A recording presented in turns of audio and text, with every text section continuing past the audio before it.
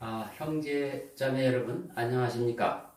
지금부터 부경성경 침례교회 수요 기도회를 시작하겠습니다. 기도하고 시작하겠습니다. 하나님 아버지 참으로 감사합니다. 3일 동안도 우리 형제 자매님들을 지켜주시고 은혜 가운데서 평안한 삶을 살게 해주셔서 감사합니다. 오늘 또 예수 그리스도의 이름으로 또 하나님 앞에 기도하러 나왔습니다.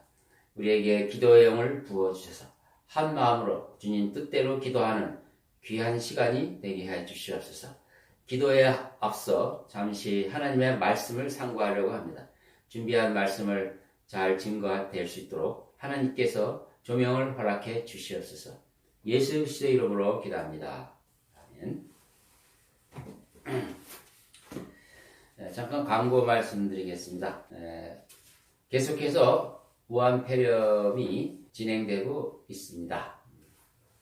유럽에는 확진자가 폭발적으로 증가한다는 소식이 들었고 또 대한민국은 전 세계가 입국을 금지하는 상황에서 한국만 또 전 세계인들을 입국 허가함으로 인하여 많은 유럽에 있는 교포들과 유학생들이 대거 유입하기 때문에 아직 우리나라가 의학계에서 헌신적인 노력으로 잘 대처하고 있지만은 아직 위험이 가신 것은 아닙니다. 따라서 우리 성도님들도 긴장을 늦추지 마시고 계속해서 조심하시기 바랍니다.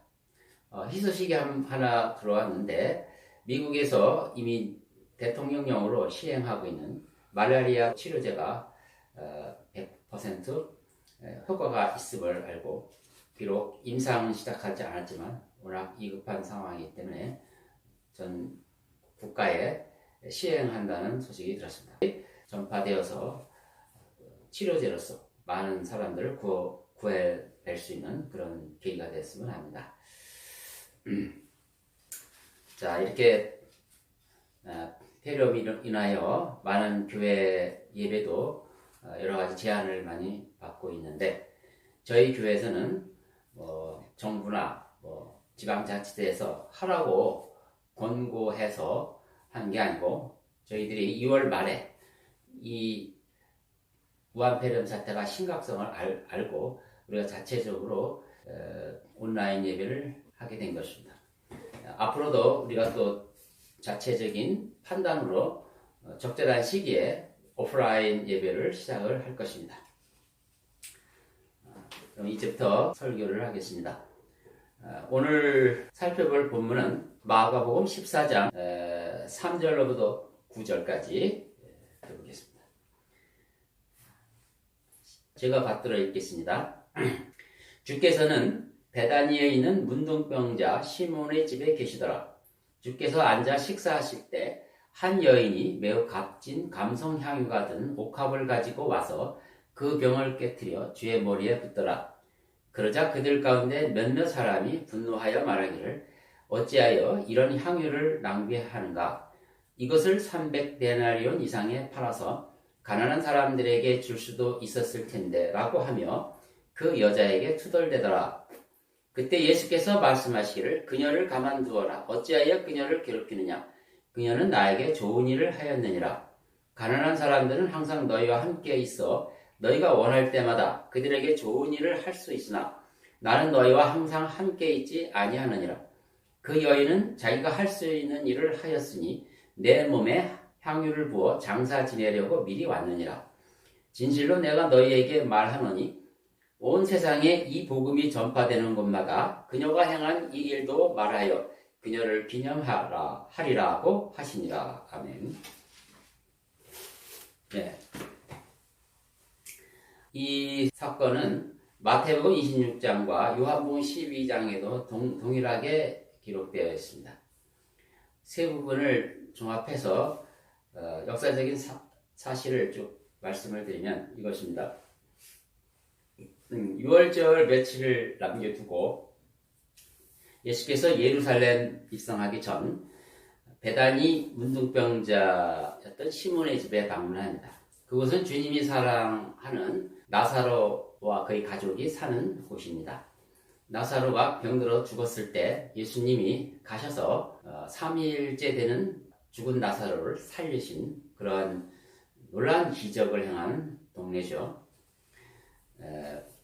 그곳을 주님이 예루살렘에 입성하기 전에 들리신 것입니다.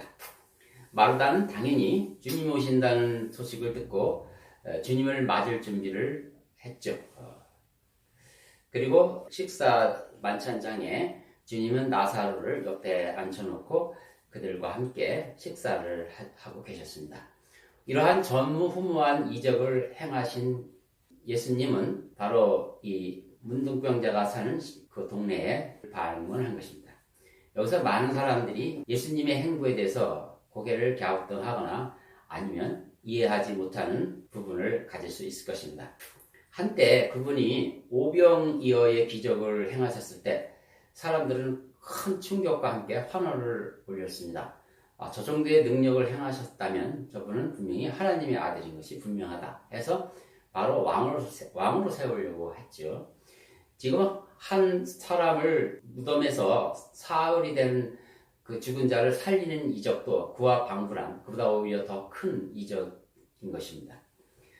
그렇다면 그 요새를 보라 유대인들이 사모하는 그 나라의 독립을 위해서 그 예루살렘에 직접 가서 바리새인들과 제사장들을 설득하고 그들과 함께 그 이스라엘 종교적인 독립, 정치적인 독립을 당연히 모색하려면 이러한 문둥병이 있는 동네에 가서 한가롭게 식사를 해야 할 일이 아니죠.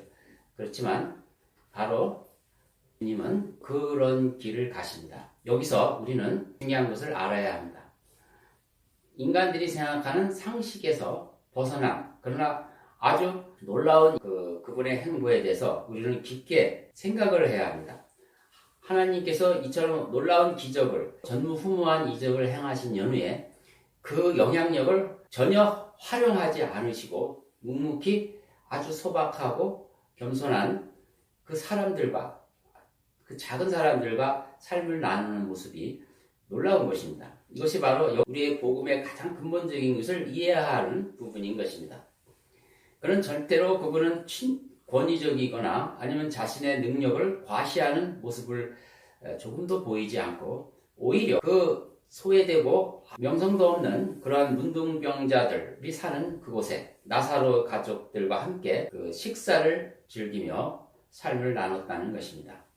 그러나 사실은 오늘 하이라이트는 예수님의 그런 행보에 있는 것이 아닙니다. 본문의 하이라이트는 역시 그 나사로 누이 마리아가 감송향유를 든 옥합을 깨서 그 향유를 주님의 머리에 붓고 발에 흘러진 그 향유를 그녀의 머리카락으로 씻어서 그러한 그 놀라운 행동, 거기에 있는 것입니다. 이 감송향유는 300다리온이라는 그 가치를 지닌 향유였습니다. 300데나리온의 가치는 그 당시 건장한 노동자가 1년 동안 벌 수 있는 연봉과 같은 그런 엄청난 양의 값어치입니다. 그녀가 향유를 아낌없이 주님의 머리에 부은 것입니다. 또한 이 향유를 담는 옥합 역시 결코 싼 물건이 아닌데 바로 이 옥합을 깨트리고 그 옥합 안에 있는 그 감성 향유를 주님의 머리에 부었던 것입니다. 식사하시는 주님께서 갑작스러운 마리아의 행동에 대해서 전혀 요동하지 않고 그 강을 그대로 받아주십니다. 그 현실을 그대로 받아서 온몸이 적셔지는 상태를 그대로 감수하시는 모습으로, 이것은 두 사람 사이에 어떤 영적인 공감대가 있지 않으면 이것은 결코 있을 수 없는 일입니다. 이 광경을 본 주의 제자들이 화를 내며 마리아를 나무랍니다. 다른 마태복음 26장 그리고 요한복음 12장에서는 특별히 진노했다, 분노를 터뜨렸다고 표현이 나오고, 유다가 민감하게 반응하면서 이 비싼 향유를 왜 낭비하느냐, 이것을 팔아서 가난한 자들을 도우면 많은 도움을 줄 텐데 너는 왜 아깝게 협의하느냐고 나무랬던 것입니다. 이러자 주님은 마리아의 그 신앙 행위에 대해서 그 제자들의 그 잘못된 시각을 바로잡아 주셨습니다. 가난한 자는 너희에게 항상 있을 것이나 나는 항상 없을 것이다. 그리고 이것은 나의 죽음을 위하여 예비된 것이라고 말씀하셨던 것입니다. 이 사건에 대해서 우리는 좀 더 깊이 생각해 봐야 할 부분이 있습니다. 이 이야기의 핵심 주제는 과연 무엇일까요? 우선 우리 인간들의 관심사가 무엇인지를 살펴봐야 합니다. 사람들은 구원에 관한 것에 대해서 관심이 많습니다. 배고픔을 해결하는 것, 또 병을 고치는 것, 고민을 없애주는 것, 잃었던 나라의 독립을 되찾는 것, 또 막힌 문제를 풀고 이웃 간의 화해를 이루는 것, 환경 문제를 해결해 주는 것, 전쟁을 막는 것, 이 모든 것이 구원에 관한 것입니다. 이 주님은 구원에 관한 것은 항상 너희들이 사는 동안에 끝나지 않고 계속될 것이라고 말하는 것입니다. 그러나 지금은 구원에 관한 것이 아니라 구원을 가져오실 그분에 집중할 때라고 말씀하시는 것입니다. 가난한 자는 너에게 항상 있을 것이나, 그러므로 이 세상은 가난한 자를 구제하는 것과 같은 구원에 필요한 손길들이 언제나 필요한 부족한 상태, 항상 채워지지 않는 불완전한 상태임을 분명히 말씀하고 있는 거죠. 그렇습니다. 구원에 관한 것은 항상 필요합니다. 그렇다고 해서 구원에 관한 것에 집중하게 되면 정말 구원을 가져오실 그 분에 대해서는 집중할 수가 없다는 것입니다. 이 많은 사람들은 이 세상의 보편적인 구원의 문제에서 걱정하고 그것에 대해서 자기의 모든 것을 쏟는다든가 필요 이상으로 거기에 삶을 낭비하는 사람들이 있습니다. 그러나 예수님께서는 그러한 자세를 말씀하지 않고 일상을 통해서 예수님과 같은 그런 행보를 우리에게 귀한 진리를 말씀해 주신 것입니다. 보다 중요한 것은 너희 가족에서 사랑의 문제에 집중하는 것이 더 중요하고, 그리고 그분의 인도하심에 집중하라는 것입니다. 구원하는 것에 집중하지 말고 구원하실 분의 인도하심에 집중하라는 것입니다. 마리아의 행위는 복음에 증거될 때마다 늘 기억해야 된다고 말씀하고 있습니다. 마리아의 가족은 예수님과 특별히 친밀했습니다. 무슨 이유인지는 성경에 나와 있지만 않지만 예수님께서는 나사로와 그의 가족을 사랑하셨다고 분명히 말씀하셨습니다. 바리새인들도 하나님의 율법을 잘 지키려고 하나님을 무척 사랑하는 무리들이었는데, 나사로 가족은 바리새인들과는 대비되어 있는 존재들입니다. 그런데 예수님은 유독 나사로의 가정을 무척 사랑을 했는데 반해서 바리새인들에 대해서는 책망하시고 좋게 생각하지 않으셨습니다. 그 이유가 뭔가는 우리가 성경에서 찾아야 되는데, 나사로의 가족과 예수님은 친밀한 인격적 관계가 맺어진 것입니다. 분명히 예수님의 마음과 그들의 가족의 마음이 통한 것입니다. 한 분은 하나님이시고 한 가족은 구원받아야 할 죄인이지만 거기에도 공감대가 있는 것입니다. 그러니까 무엇보다도 구원을 해주실 그분과 구원받아야 할 우리가 한 가지 공감대가 적어도 있어야 되는데, 바로 그 공감대가 바로 우리를 구원에 이르는 가장 중요한 부분입니다. 그러나 바리새인과 같은 그 무리들은 그 공감대를 갖지를 못해서 하나님으로부터 저주를 받은 것입니다. 물론 마리아도 주님과의 친밀한 관계 속에서 오해도 있었습니다. 자기 동생이 죽는데도 예수님한테 분명히 기별을 보내서 나사로가 죽게 생겼으니 어서 와줘서 치료해달라고 기별을 보냈음에도 불구하고 예수님은 사역을 하시느라고 바빴습니다. 물론 예수님이 일부러 가지 않으신 것이죠. 그래서 그 나사로의 죽음을 그들은 그 마리아와 마르다는 경험을 했었습니다. 그 아픔도 겪었습니다. 그렇지만 나사로가 3일 만에 예수님에 의해서 부활하게 된 그런 기적을 그 가족이 경험을 함으로써 다른 제자들도 갖지 못하는 예수님의 죽으심과 부활에 대한 보다 높은 이해를 갖게 된 것입니다. 바로 그것이 예수님과 마리아 가족의 친밀함의 아주 중요한 부분이고, 마리아는 자기의 모든 것을 들여 신앙을 고백한 것입니다. 마리아의 그 향유를 붓는 신앙적 헌신은 바로 주님이 정말로 죽음이라는 길을 통해서 부활의 새로운 생명의 길을 계신다는 것을 그는 아는 것입니다. 그가 그 복음의 진리를 완전히 깨달은 건 아니지만 그 당시 다른 제자들보다 그 부분에 있어서는 훨씬 더 큰 공감대를 가지고 이렇게 오늘 본문에서 있는 것처럼 이런 도발적이지만 참으로 아름다운 신앙을 행동으로 몸으로 표현한 것입니다. 그것에 대해서 예수님은 그녀를 괴롭히지 말라. 그녀는 자기가 할 수 있는 일을 하였으니 내 몸에 향유를 부어 장사 지내려고 미리 왔느니라. 이렇게 말씀해 주신 것입니다. 신앙의 최고의 가치는 주님과 공감대를 이루는 것입니다. 제자들조차도 가질 수 없는 그 주님과의 공감이 바로 마리아의 그 모습에서 나온 것이고, 따라서 예수님은 이 복음이 증거될 때마다 이 마리아의 이야기를 함께 증거해야 된다는 이야기는 그저 복음을 마치 구원받는 방법을 전하는 구원받는 것에 대해서 관심만 갖고 정작 구원을 주시는 그분에 대해서는 전혀 관심을 갖지 않는 그런 딱딱하고 그 생명 없는 그런 자세를 하나님께서는 염려하셔서 바로 마리아의 따뜻한 신앙과 함께 복음이 증거돼야 된다고 말씀을 하시는 것입니다. 이 마리아의 행위는 바리새인들에게서는 결코 기대할 수 없는 행동이 이미 분명합니다. 바리새인들은 모든 신앙을 매뉴얼로 삼아 그것을 기계적으로나 의식적으로나 행함으로써 하나님과 공감을 이룬다고 생각을 하는데 결코 그렇지 않습니다.